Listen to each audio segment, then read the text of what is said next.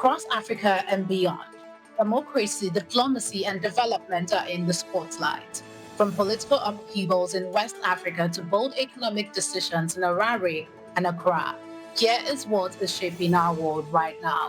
This is the African News Update on Top Accolade News. The headlines: Ecowas freezes Guinea-Bissau's membership.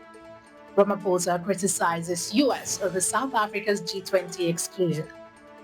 Kenya begins by-election vote counting. Zimbabwe unveils 2026 budget with new taxes and adjustments.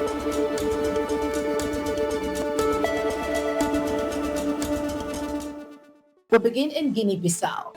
The regional body ECOWAS on Thursday suspended Guinea-Bissau from all decision-making bodies after the military ousted President Umaru Sissoco Embalo, urging soldiers to return to barracks, release detained officials, and allow election results to be declared as the UN joint calls for constitutional restoration. General Alta Inter assumed transitional leadership and lifted curfews, yet amid mediation efforts and regional warnings, one line captures the moment. West Africa's democracy is again held hostage by the men meant to protect it. From a crisis of coup to a crisis of diplomacy, South African President Cyril Ramaphosa called regrettable US President Donald Trump's decision to bar South Africa from next year's G20 summit in Florida, following claims that Johannesburg improperly handed over the G20 presidency. Trump cited disputed allegation of a white genocide and farm seizures, while South Africa emphasized the handover followed protocol in the US delegation's absence and vowed to work with other G20 members to advance summit priorities, highlighting that diplomacy falters when misinformation outweighs multilateral commitments. Speaking of the integrity of the vote, the tension is palpable in East Africa. Counting has begun across all 22 constituencies, following Thursday's by-election, which saw attack on party agents and arrest of youth with weapons. The International Electoral and Boundaries Commission dismissed ballot-stuffing claims, urging reliance on verified information while security agencies maintain order. In a tense political climate, the integrity of democracy rests as much on vigilance as on the vote itself. The political turbulence is set against a backdrop of bold economic maneuvers.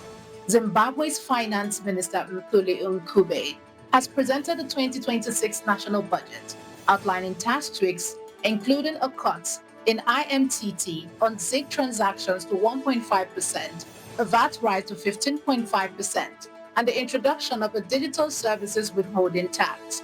Treasury project 5% growth, a 3.8 billion zinc deficit, and rising remittances while warning of tight fiscal pressures. As spending bid triple available resources, Zimbabwe's path to Vision 2030 will demand discipline sharper than its ambition. You're watching the African News Update on Top Accolade News. Do stay with us. Still to come.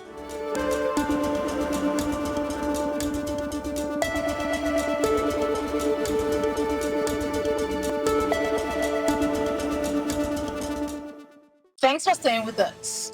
Meanwhile, Ghana is taking decisive action on monetary policy.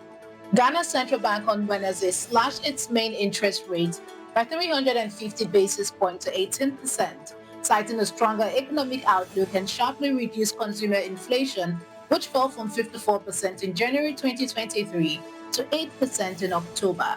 The cumulative 1,000-point cut in 2025 aimed to support growth while maintaining price stability, with the bank returning to the 14-day bill for open market operation, highlighting that both monetary moves today can pave the way for sustainable growth tomorrow. Back to the political fallout. Former Guinea-Bissau President Umaru Sissoco Embalo arrived in Senegal on Thursday after being detained during a military coup that installed General Alta Inter as interim leader a day before elections results were due. Opposition candidate Fernando Diaz alleged Embalo orchestrated the takeover to block his victory. The African Union condemned the coup, and residents expressed despair over reoccurring political instability.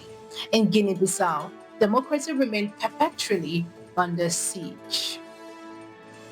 Now, a story of history and heritage.